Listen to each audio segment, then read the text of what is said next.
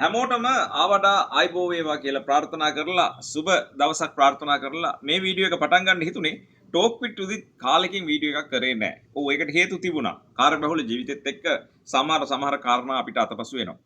ඒ වුණාට අද දවසේ ප්‍රවෘත්ති සිරස්තල බලනකොට මට ඔයාලත් එක්ක කතා කළ යුතුම මාතෘකාවක් මට මග ඇරුණා දෝ කියලා හිතුනේ හින්දා මේ වීඩියෝ එක නිකුත් කරනවා. අම්මේ මට මහන්සි. මට දැන් ජීවිතේ දුක විඳ ගන්න අමාරුයි. මම ඒ හින්දා මේ තීරණය ගන්නවා. ඒ තමන්ගේ අම්මට ලියුමක් ලියලා උඩ තට්ටුවෙන් පැනලා අද ජීවිතේ නැති කරගත්ත ඒ තරුණ ජීවිතේ මගේ මේ අලුත් වීඩියෝ එකට නිමිත්තක් ගෙනාවා. කොහොමද?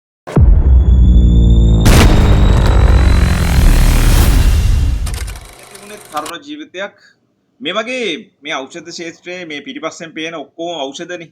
අපි ඉන්නේ ෆාමසි ඇතුළේනේ අපිට අත්දැකීම් බොහෝ තියෙනවා. මේ විෂාදය කියන රෝගයේ ලක්ෂණයක් තමයි මම දකින විදිහට. ඉතින් ගොඩක් අයට තමන්ගේ ජීවිතේ කලකිරිලා සිය දිවිනසා ගැනීමක් දක්වා දුරදිග යන මේ විෂාදය ගැන කතා කරන්න ඕනේ කියලා හිතුණා. ඒ දුක හිතෙන වීඩියෝ එක බැලුවට පස්සේ.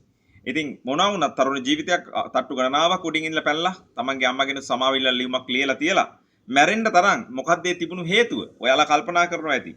දැන් මම දැක්ක හැලී ලියන ගොඩක් අය ඉන්නවා මේ වීඩියෝ එක යටින්. හැබැයි අපි තේරුම් ගත යුතුයි මෙතන අපිට කොතනද වැරදුනේ? අතීතයේ ඉඳන් ලංකාවේ තිබුණු සමහර දේවල් පුරුදු අපි අතින් නැතිවීම නිසා අපි විෂාදය කියන ඒ භයානක රෝගයට මුහුණ දෙනවා. හැබැයි මම හැමතිස්සෙම හිතන දෙයක් තමයි ඖෂධ අවශ්‍යයි, ඖෂධ අවශ්‍ය නොවි බුද්ධ දේශනාවෙන් සඳහන් කාරණාව තුළින් අපේ ජීවිතේ අපිට තියෙන මේ වගේ දුක්ඛම කටළු දිවිනසා ගැනීම දක්වා යන්නේ නැතුව නවත්ත ගන්න පුළුවන්. විශේෂයෙන්ම විෂාදය කියන මානසික රෝගය ගැනත් මම කාරණා කාලයක් පුරා අධ්‍යයනය කරපු හින්දා කියන්නේ ලෝක සෞඛ්‍ය සංවිධානයෙන් වුණත් කියන්නේ මේ ලෝකයේ විශාල ප්‍රමාණයක් මිනිස්සු විෂාදයෙන් පෙළෙනවා. ඉතින් මේක කනගාටුදායක තත්වයක්. ඉතින් මේක සඳහා ප්‍රතිකාර තියෙනවා. මේ සඳහා අනිවාර්යෙන් ප්‍රතිකාර සඳහා යොමු විය යුතුයි. නමුත් මම දකින විදිහට මගේ අත්දැකීම් අනුව බුදුදහම ජීවිතයට ප්‍රායෝගිකව යොදා ගැනීම තුළින් භාවනාව ප්‍රතිපත්තිගරුක භාවය යථාභූත ඥානය කියලා අපි කියනවා. ලද්ද දෙයින් සතුටු වීමේ හැකියාව. කොටින්ම කිව්වොත් අටලෝ දහමින් කම්පා නොවී සිටීමේ කාරණා ගැන බුදුහාමුදුරුවෝ අපිට දේශනා කරේ මේ විෂාදය කියන වගේ රෝග තත්ත්වයන් ඒ කාලේ නොතිබ්බට වෙන්න පුළුවන් කියලා දැනගෙන හිටපු හින්දා. කොහොම හරි බුදුදහමට අනුව පෙන්වා දෙන එම කාරණාවන් අපේ ජීවිතයට ප්‍රායෝගිකව කරගන්නේ කොහොමද? එතකොට මේ අට්ටි ගණන් තියෙන බේත් ඔයාලා බොන්න ඕනේ නෑ නේද දෙයියනේ කියලා හිතුන හින්දා වීඩියෝ එක කරන්න හිතුණා. ආතතිය අපේ ජීවිතේ කොටසක්. ආතතිය වැඩි වුණු තරමට දුක වැඩි වෙනවා. දුක කොච්චරම් වැඩි වුණත් දරා ගැනීමේ ශක්තියක් තියෙනවා නම් ඒට මුහුණ දීමේ හැකියාව ඔයාලට තියෙනවා. ඒක ජීවිතේ හරය. ඒක තමයි ජීවිතයේ දරා ගැනීමේ හරය. ජීවිතයේ හරය හඳුනා ගන්න සාර්ථකම ප්‍රතිකර්ම තිබ්බ දහමක් තමයි බුද්ධ දර්ශනය. ඉතින් මේක විද්‍යාත්මකව වෛද්‍ය විද්‍යාවෙන් පවා දැන් කියනවා බුදුදහමෙන් මේක සඳහා දවුපකාර ගන්න පුළුවන් කියලා. කෝපය ගත්තොත් කෝපය ගින්නක්. කෝපයෙන් ඔයාලා මොහොතක් පාසා පිච්චෙනවා, විනාශ වෙනවා. සෛල විනාශ වෙනවා. ආයුෂ අඩු කරනවා, ප්‍රතිශක්තිකරණය බිඳ වැටෙනවා, මරණය ළඟා වෙනවා. කෝපය ජීවිතයේ පවතින ඇතුළතින් පවතින මාරෙක් වගේ තමයි. හරියට හැමතිස්සෙම මොහොතක් කෝපෙන් සිටින මිනිසාගේ චිත්ත වේග වැඩි වෙනවා. චිත්ත වේග වැඩි වෙනකොට ස්නායුවල තියෙන පීඩනය, නහරවල ක්‍රියාකාරීත්වය පදනම් කරන රුධිරයේ වෙනස්කම් පවා ඇති වෙන්න පුළුවන්. මේක විද්‍යාත්මකව හොයාගෙන තියෙනවා. ඒකින්ද තමයි දැන් බටහිර විද්‍යාව පවා භාවනාව කියන දේ මේ සඳහා යොදාගන්නේ. ඉතින් මේ වගේ අංශභාගය වගේ රෝග තත්ත්වයන් වලට එතකොට සීනි අපි ඩයබටික්ස් ගැන කතා කරනවා. ඒ වගේ දේවල් ප්‍රෙෂර්. ඉතින් මේ වගේ ගොඩාක් දේවල් මේ අපේ කෝපයත් එක්ක අපේ මේ සිතුවිලිත් එක්ක ඇති වෙනවා. ඉතින් මේක ඉතාමත් වැදගත් වෙනවා. එයින් මිදිලා ප්‍රායෝගිකව අපි කොහොමද ජීවත් වෙන්නේ කියලා. මේක බෞද්ධයෙක් හැටියට විතරක් නෙමෙයි. බුදුදහමේ ප්‍රයෝජන මුළු මහත් සමාජයටම ගන්න පුළුවන්. තෘප්තිය ලබා ගන්න පුළුවන්. සීලය තුලින් ජීවිතයේ නිරෝගීකම රඳා පවතිනවා. ඒවනේ අපි කතා කරන්නේ භාවනාව තුල මානසික නිරෝගීකම ඇති වෙනවා. අපි ඔහොමනේ අපිට හාමුදුරුවෝ කියලා දෙන්නේ බුදුසාමුදුරුවන්ගේ කතන්දරවල. එම කාරණා තුල නිරෝගී ජීවිතයක් අඩංගු වෙනවා. කෝපය නැති කර ගැනීම මාර්ගය බුදුදහමේ හොඳින්ම තියෙනවා. එතකොට මේ පිටිපස්සේ පේන බෙහෙත් අට්ටි ගණන් ඔයාලට බොන්න අවශ්‍ය වෙන්නේ නැහැ. අපේ ව්‍යාපාර වංකොලොත් වෙයි. හැබැයි දෙයනේ කියලා අපි නිරෝගී ජීවිතයකට මුහුණ දෙන්න ඕනේ. මනස අභ්‍යන්තරයටම යහපත් සිතුවිලි ඇතුළු කර ගැනීම බුදුදහමේ උගන්වනවා. සාර්ථක ජීවිතයක් පදනම් වෙන්න ඕනේ කොහොමද? එය දීර්ඝ කාලයක් ජීවත් වීම සඳහා කොයි විදිහට බලපානවද?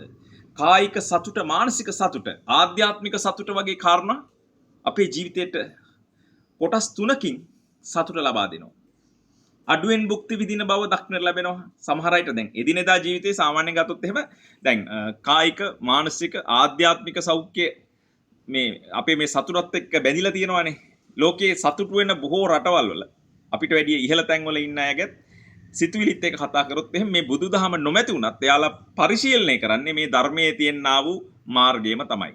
ආත්ම ශක්තිය, ආත්ම විශ්වාසය, අදිෂ්ඨානය අපට ලබා දීලා තියෙන්නේ බුදුදහම තුලින්. මේ බෞද්ධයන්ට තියෙන අපිට තියෙන විශේෂ ශක්තියක්. අපේ පෞරුෂත්වය හදන්න බුදුදහමේ මාර ගේම් එකක් තියෙනවා. මේක හරියට තේරුම් ගත්තේ නැත්නම් අපිට මේකේ ප්‍රයෝජනෙ ගන්න බෑ. මම ප්‍රායෝගිකව බුදුදහමෙන් ගිහියෙකු ලබන සුඛ, එතකොට අත්ති සුඛ, භෝග සුඛ, අනන සුඛ, අනවජ්‍ය සුඛ කියලා සුඛ කියනවානේ. මේ ලෙඩ රෝග වලින් මිදීම, එහෙම නැත්නම් සතුට අවශ්‍ය මොහොතේදී දුක යටපත් කරගෙන සතුට ලබා ගැනීම ගැන මේ දවස්වල ප්‍රායෝගික වැඩ ගොඩක් කරා. ඇත්තටම ඔයාලට වීඩියෝ එකක් නිකුත් කරන්න බැරි වුණොත් ඒ හින්දා දවසට පැයක් විතර භාවනාවට යෙදෙන්න ඔයාලත් උත්සාහ කරන්න. අපි හැමෝම අසනීප වෙනවා. අපි හැමෝගෙම ජීවිත හරි වටිනවා. තරුණ ජීවිත විශේෂයෙන්ම මේ අපි මේ කතා කරපු මාතෘකාවේ සම්බන්ධ මේ ඒ ඇති වෙන ડિප්‍රෙෂන්, අපි කියනවා ડિප්‍රෙෂන් කියලානේ අපි කියන්නේ. ඒ කාංසාව ඒකට තියෙන හොඳම ප්‍රතිකර්මය තියෙන භාවනාව තුලින්. යහපත් සෞඛ්‍ය පුරුදු කියන දේ ප්‍රධාන වශයෙන් මානසික සෞඛ්‍යය වැදගත්. එහෙම නැති වුණත් අපි රෝග වලට මුහුණ දෙනවා. ඉතින් මේ කාරණා ගණනාවක් තියෙනවා කියන්නේ. හැබැයි අද කතා කරේ මම ප්‍රායෝගිකව මගේ ජීවිතයේ දුක, සතුට, සැප විඳ ගන්න පුරුදු වෙච්ච ඒ ආධ්‍යාත්මික ගමන් මගින් කොටස්කාරයෙක් ඔයාලපත් කරගන්න හිතාගෙන. ඉතින් ඔයාට පීඩනයක් නැත්නම් පළවෙනි කොටම ඔයාලගේ සිත තුළින්ම මේ පීඩනය ඉවත් කරගන්න. Tamanට හිතවත් ආදරය කරන අයත් එක්ක මේ දුක බෙදා හදා ගන්න. Tamanගේ ආධ්‍යාත්මික ශක්තිය තුලින් මේක ගොඩනගාගෙන පෞරුෂය වර්ධනය කරගන්න හැකියාව ලැබේවා කියලා හිතලා මේක සුළුවෙන් තැකුවොත් හොඳින් මුලින්ම ඉවර කරන්න පුළුවන්. පසු කාලීනව බෙහෙත් වලින් වෙනස් කරගන්න වෙන සිද්ධි දාමයක් තියෙන රෝගයක් හැටියට කතා කරාද? ඉතින් ඔයාලත් නිවැරදි ඖෂධ රටාවලට යන්න වෛද්‍යවරයෙක් කරහා මේ සඳහා බෙහෙත් ගන්න එපා කියන්නේ. හැබැයි මං හිතනවා මුල ඉඳන්ම තමන්ගේ ජීවිතේට බුදුදහම භාවනාව යොදාගත්තොත් මේ ડિප්‍රෙෂන් කියන එක තවදුරටත් මේ ලංකාවේ ඉතුරු වෙන එකක් නෑ. ඉතින් හැමෝටම ආවඩා ආයිබෝ කියලා ටෝකිතුදිත අද සමුගන්නවා. ડિප්‍රෙෂන්, සැඟවිච්ච මාරය ගැනයි මගේ වචනෙන් ඔයාලත් එක්ක කතා කරේ. ජය වේවා.